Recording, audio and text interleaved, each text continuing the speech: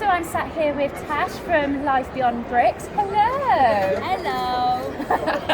So for the listeners who have no idea, what is Life Beyond Bricks? So Life Beyond Bricks is me and my husband Jon and our 3 cats who we sold our house back in March 2019 to go and travel for to on our motorhome. So it's all about our life beyond bricks and mortar, but they didn't really work.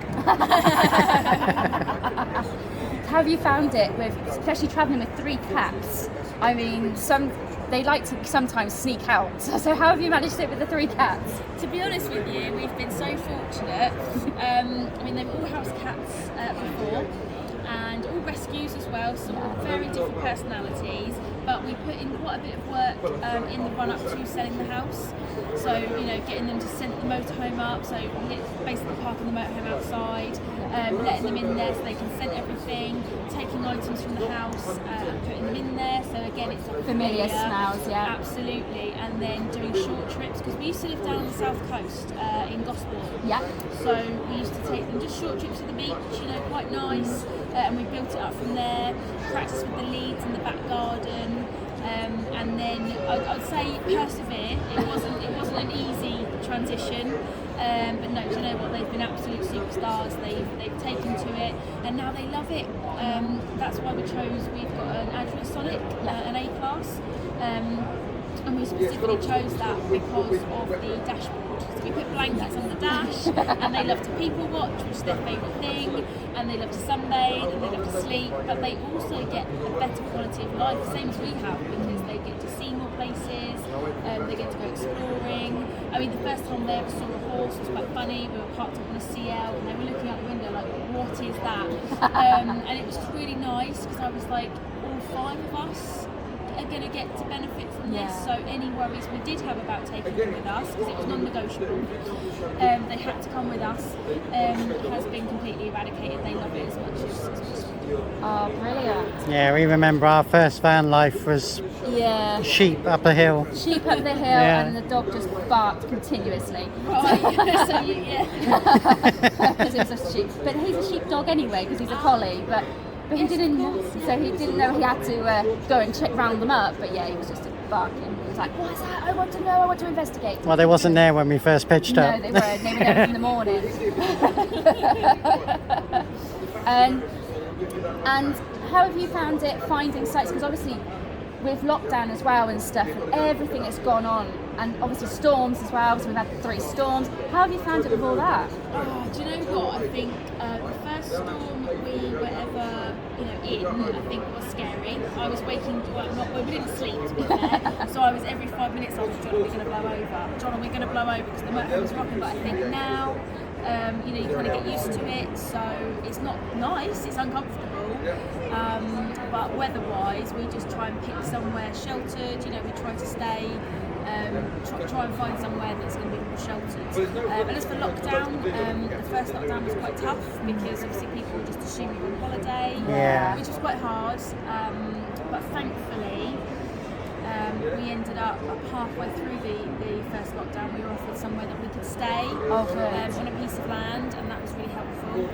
And then after that, obviously Jon ended up being able to do some freelance work with the Motorhome Man, with Jason, and luckily that's actually right next to a campsite. So from then on, we've ended up with like a semi-base. So that was meant to be for 2 weeks, back in, I think it was June 2020, just coming out of lockdown. And then of course it's been ever since, so we're very fortunate that's worked out that way, that we've ended up with a sort of base that we go back to whilst Jon's working, and then we go off from there and go back and forth, because it's really well located in the centre of the country. So we've actually found it to be really helpful, so we can go anywhere pretty much. Brilliant. So I think you just get used to it over the years, because it's been just coming up 3 years now since we sold up. So all these things you just learn on the fly, and you just get used to it. And whereas I probably would have been panicking maybe a year or 2, 3 years ago, we don't have anywhere to stay, etc. Now we just get on with it, and just park up. You get on with it, and you find a way. Yeah, you do. We've now done our same again. We live in a van, and we've done it for 4 years now. It's coming up to 5 years in August. Yeah. And again, same thing. You do, you just get on with it. If you can't find a site, you know that there's certain lay-bys and you're like, well actually that's slightly away from the road, just pull up there for the night and then get off in the morning, leave no trace and you're fine. Yep, exactly that. You do, don't you? And I think you build up your confidence in terms of where you stay as well. Because we're the same as you. We leave no trace. You know, we're not looking to be cheeky. No. We're not looking to take the mick. We just want somewhere to park for the night, and then we'll be off. You know, we'll be out of your hair tomorrow. So yeah, you build up your confidence, don't you? And I think that's only comes with experience, though, doesn't it? Yeah, So, it does. an ultimate question. Okay.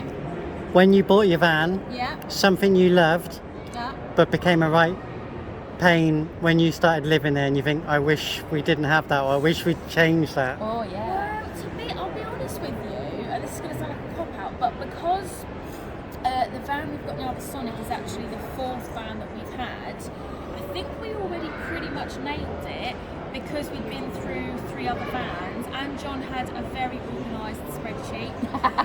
So when we knew that we wanted to go full-time touring, you know, by that point John had already had a spreadsheet, so he knew exactly what he wanted, what we wanted, and he narrowed it down to about 4 vans. Right. And then we hunted those 4 vans down, you know, and then we ended up buying one of them. So the only thing I would probably change if we're looking for our next van is maybe to have longitudinal beds rather than the transverse, because it saves you space and the length, but of course it means I've got to climb over him to get in and out of bed. Yeah. So that would probably be the only thing that I would say has become, you know, it's a compromise that we were willing to make. Yeah. But if there is one thing that we could maybe change, I think it would be the longitudinal beds, and we'd want our next van to be 4x4 if we can as well. Oh, so you can go in So those we don't- areas. Yeah. And we don't get stuck, Stuck. everywhere. Yeah. Because obviously we weigh 4.2 tons.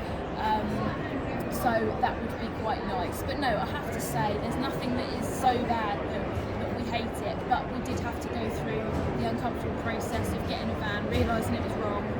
Okay, what's wrong with it? Change it again. And so It's all trial and error. absolutely. I mean, I'm not suggesting you do that because it's quite expensive. We were just very lucky. Rent one or come to the shows like this. Yes, exactly. Shows like this is the best That's idea, thing, yeah. is coming to the shows now, because that's what we did. We used to come to the shows as customers, and we would literally go around, and John would have his checklist, and we would look at this, and he'd know exactly where he wanted to go. And you're absolutely right. That is exactly how we managed to get it so right with our van now. So yeah. When we got our first van, again, we knew the layout we wanted, not necessarily the van, but mainly the layout. And when we went and got it, it was the exact layout we wanted. But she is an older van for us. Yes. So the one we had was a full transit motorhome, and she's now 35 years. We still got her, but she's now the one that we go away in. But we did go to a self-convert in the end for us. So we did the conversion of an LT 35 Luton van. So for us, again, trial and error, finding things, what works for you, and then obviously putting in the stuff that you want. So for us, when we did the conversion, we wanted the wood burner. Mm-hmm. So what was the most necessity that you wanted when you got yours? It would have been the fixed bed, because we absolutely knew that we did not want to make a bed up. Again, we had that in our first ever motorhome we purchased, and it was, after 2 days it got really boring.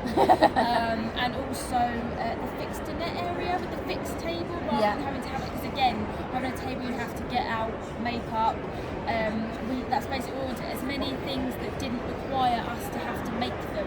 You know, so fixed dinner, fixed table. And also for us, a personal preference with a separate toilet and shower, purely because one of the girls' litter trays goes in the shower, in the shower tray, and also we find it to be a really good drying room, so you can get out, because obviously we primarily tour in the UK, so we knew that the weather was not going to be on our side, so we wanted to think about things like where we can hang wet coats, where we can put wet shoes,